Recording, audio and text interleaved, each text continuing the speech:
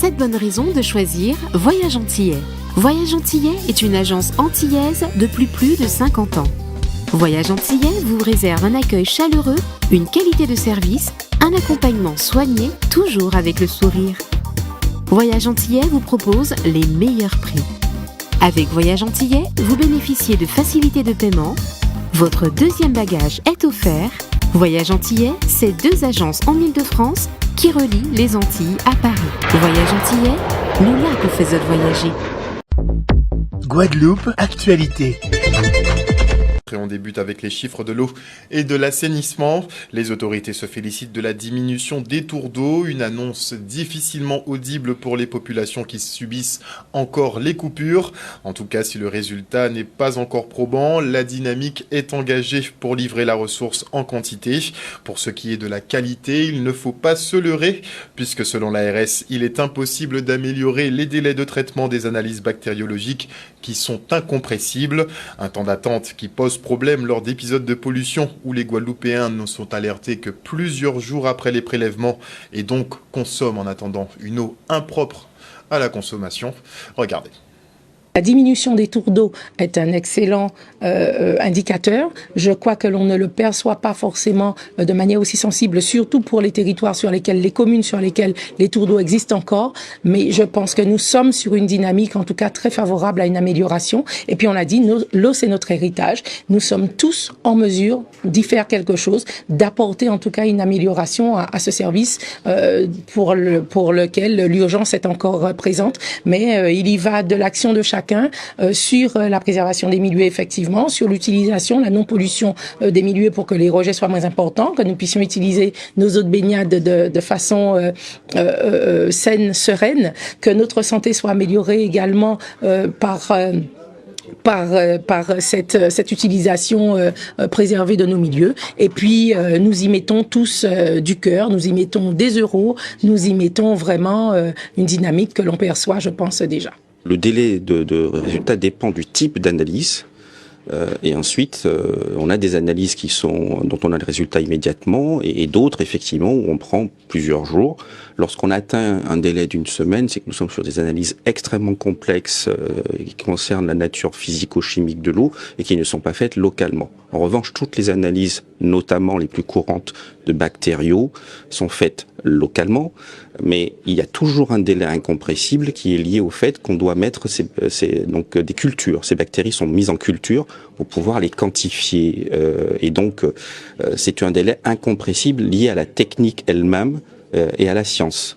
Mais ce délai est réduit au maximum. La bactério, on l'a en principe en 48 heures, 72. En fait, l'eau, entre le moment où elle est produite et où elle arrive au robinet, elle va elle-même mettre entre 3 jours et un peu plus. Donc voilà. Mais ça, ce sont des délais qui sont incompressibles. Vraiment, lorsqu'on atteint un délai d'une semaine, c'est qu'on est sur des analyses complexes qu'on ne fait pas au quotidien et qui ne sont pas faites sur le territoire, quel que soit le laboratoire. Les chiffres de 2021 nous exposent d'une part une amélioration au niveau de l'assainissement collectif, ce qui n'est pas le cas de l'assainissement non collectif. Mais tel que monsieur le sous-préfet l'a présenté, depuis ces données que nous avons recueillies jusqu'à aujourd'hui, nous sommes en amélioration sur les stations d'épuration qui sont en gestion en Guadeloupe. Et on part pour le conseil municipal de la ville de Gosier. À l'ordre du jour, le vote du budget primitif 2025, la mise en place de l'indemnité spéciale de fonction, l'extension et la mise aux normes du cimetière, la création d'un hall des sports et d'une maison de la mer ou encore le maintien de l'assiette fiscale des ménages qui reste à 35,72%. On fait le point avec le maire Liliane Montout. Absolument, nous avons voté le maintien des taux ménages, ce qui prouve que le Gosier reste toujours le territoire le plus attractif fiscalement du territoire, puisque le taux est resté justement à 35,72%. C'était important puisque pour la population, c'est aussi un avantage dans cette période difficile, et donc c'est important que les taux soient maintenus et qu'on tienne compte de leurs difficultés. Nous avons voté le budget primitif de la ville du Gosier Gosier, 2025. C'est un budget qui est ambitieux, mais aussi raisonné. Au niveau fonctionnement, nous avons priorisé les attentes de la population, telles que l'éclairage public, la réfection des routes, l'élagage, le fauchage. Donc vraiment, le fonctionnement est là pour répondre aux attentes de la population. Pour les investissements, nous avons voté 14 millions d'euros pour 2025, ce qui montre bien les ambitions de développement pour la commune de notre municipalité. Nous avons le projet de faire un hall des sports, mais également de faire l'extension du cimetière, la mise aux normes également du cimetière, la création d'une école de musique sous le Gosier, aussi le lancement aussi de la maison de la mer, puisque nous avons vraiment un littoral qui est splendide, et tout ça montre que le Gosier souhaite rester attractive et nous donnons les moyens pour poursuivre tous ces projets. Une interview de Maxime Morel. Et à l'occasion de la Journée internationale des droits humains, Nous Toutes Guadeloupe organisait une conférence débat sur le féminisme dans la Caraïbe.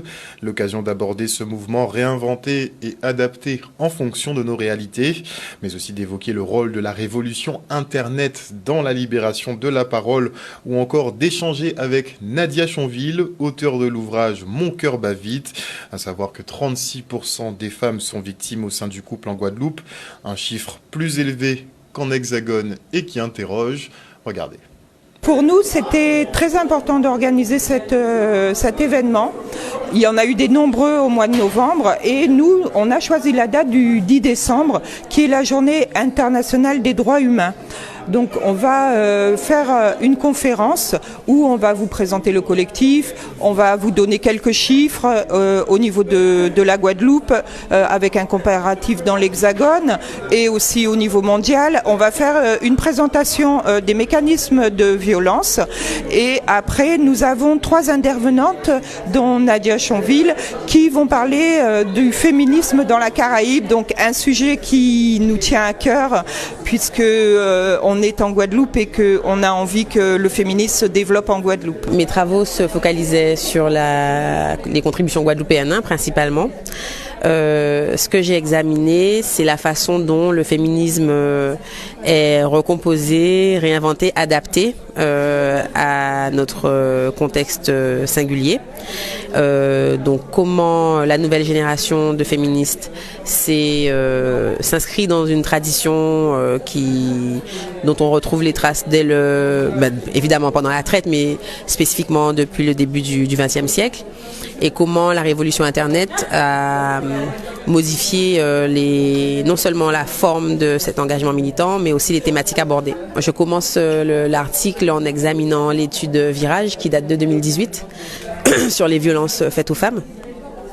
Et ce que l'étude statistique montre, c'est que les femmes guadeloupéennes sont plus souvent victimes encore que les femmes de l'Hexagone. Donc ça veut dire que le sujet est important et qu'il y a une spécificité locale qu'il convient d'examiner. Qu'il faut analyser et qu'il faut combattre, bien sûr. Quand on est formé, on peut faire après de la prévention et de l'éducation, donc sur son entourage, sur les enfants, parce que bien sûr il faut penser aux enfants. Et donc c'est surtout ce message-là de formation et de prévention pour avoir les connaissances sur les violences sexistes et sexuelles et de les répandre autour de soi et pouvoir aussi bien sûr détecter certaines choses qui se passent dans notre entourage et oser demander, donc par exemple à une personne, est-ce que tu es victime de violence et éventuellement pouvoir l'aider à sortir de son contexte. C'est quelque chose qui est très important. La CANBT, elle présente le festival Rayon Soleil Assis Artistes en Lombrage. L'objectif, aider les jeunes artistes à se professionnaliser aux côtés de grands noms de la musique. Un événement parrainé par Chris et AP du 113. Le reste en images. Le festival Rise and Shine, Rayon Soleil Assis Artistes en Lombrage, c'est un projet qui est porté par une association Gold Shine Music.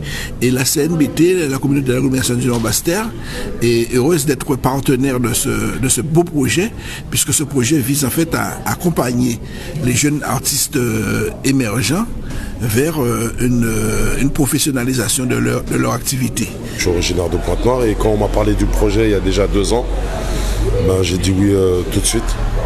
Parce que voilà, déjà au niveau musique, et je sais que la musique caribéenne aussi, elle est connue dans le monde entier.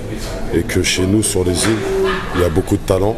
Et voilà, ça permet de faire le pont entre les îles et la France. Donc c'est pour ça que j'ai accepté direct. Ces jeunes-là vont s'exprimer, vont montrer leur talent. Et c'est une très bonne chose puisque nous pensons qu'une telle opération ne doit pas rester un one-shot. C'est-à-dire que l'année prochaine, nous espérons qu'il y aura encore la même opération qui sera relancée, de façon à permettre à découvrir des talents. Et on sait très bien qu'à travers la musique, les jeunes peuvent s'en sortir.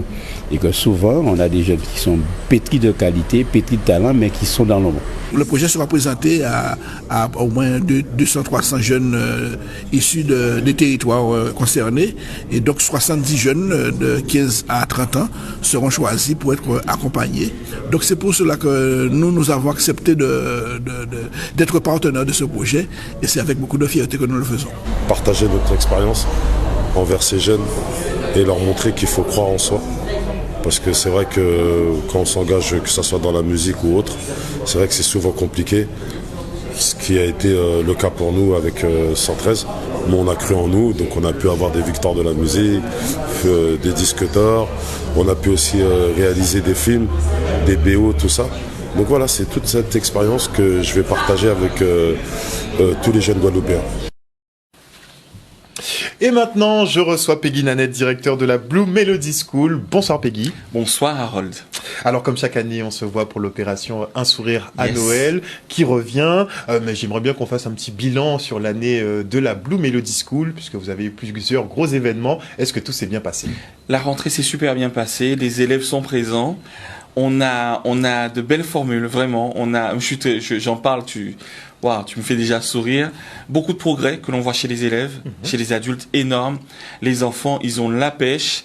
Les jeunes, ça promet vraiment. Donc on a une belle team cette année et donc de beaux projets à venir. Un sourire à Noël va ouvrir la danse, mais il y a plein de choses. 2025 va commencer sur les chapeaux de roue. Alors à la Blue Melody School, on travaille la voix principalement, mais pas que. On travaille la voix, oui. Alors il y a des cours de piano, il y a du coaching individuel, il y a le chant choral. La voix, c'est vraiment notre principale, j'ai envie de dire, dynamique. Mais c'est vrai que nous, c'est le gospel, mais sans aucune prétention, c'est important pour moi de le préciser, le gospel authentique. C'est-à-dire tout en respectant ses valeurs, sa profondeur, la richesse. Donc il y a un nouveau gospel un peu plus festif, comme tout. Oui, en fait, il y a un peu toutes les tendances. Il y a aussi une tendance qui consiste un petit peu à désacraliser un petit peu la musique gospel pour la rendre un petit peu plus populaire. Ça peut être sympa, mais non. Nous, on veut garder l'essence, même l'authenticité, ce qui fait vraiment la raison de la gospel music. Est-ce qu'on peut dire que c'est un petit peu le mot d'ordre, justement, à la Blue Melody School, ce côté puriste? Oui, en fait, nous, on a toujours... tu travailles beaucoup avec les nouvelles générations. Absolument, mais vraiment, on n'a aucun problème de génération, bien évidemment. D'ailleurs, au contraire, on permet à ce que toutes les générations se rencontrent. Mais ce qui est important pour nous à Blue Melody School, c'est surtout de conserver, comme je le dis souvent, la richesse, la profondeur et le message de valeur de la gospel music. Parce que si on enlève au gospel ça, on enlève sa substance, on ne fait plus du gospel, on fait du chant choral. Donc, non, nous, il y a l'esprit qui va avec, la sincérité, la spiritualité. Alors, peu importe l'obédience, voilà, peu importe la couleur, peu importe l'âge, ça, ce sont des détails. Mais le sillon de la gospel music, c'est important qu'elle garde son essence spirituelle. On voit même qu'il y a une émergence finalement des chorales. J'ai reçu plusieurs jeunes chorales au fil de l'année. Et c'est génial parce qu'en fait, la Guadeloupe, il faut le dire, la Guadeloupe, c'est fou parce que toutes ces chorales ne sont pas toujours très exposées, mais il faut savoir qu'en Guadeloupe, le chant choral se pratique énormément. On a vraiment du chant choral de toutes les couleurs, de toutes les esthétiques en plus. Chorale traditionnel, du chant liturgique aussi, ça existe bien évidemment. Les chorales dans les églises catholiques, protestantes et autres, il y en a plein. Et puis même autour du chant traditionnel, il y a des chorales. Donc ça veut dire, c'est bien parce que parce qu'on pratique la voix, le chant, c'est un exutoire, ça fait du bien de chanter, et c'est important. Nous, on arrive, et on n'est pas les seuls d'ailleurs, mais on fait partie de celles et ceux qui pratiquent du chant gospel, et ça prend aussi du sens en ce mois de décembre. Très clairement, un petit peu vraiment la période même. Alors, mais il y a le chant, mais il y a aussi votre côté caritatif, puisque chaque année, donc, vous organisez l'opération Un sourire à Noël. Donc, ça revient encore cette année. Parce qu'en fait, pour nous, le chant gospel ne peut pas aller sans les valeurs qui vont autour. Et puis de manière générale, surtout quand tu sais très bien qu'on travaille beaucoup avec les enfants depuis de très nombreuses années, c'est important pour nous de leur transmettre au-delà de ça des valeurs, ouvrir son cœur, regarder ce qui se passe autour de soi, avoir un regard sur l'autre, partager, donner, chanter c'est bien, mais être en cohérence avec ce qu'on est en train de chanter. Et c'est vrai qu'un sourire à Noël, on en est à la 14e édition.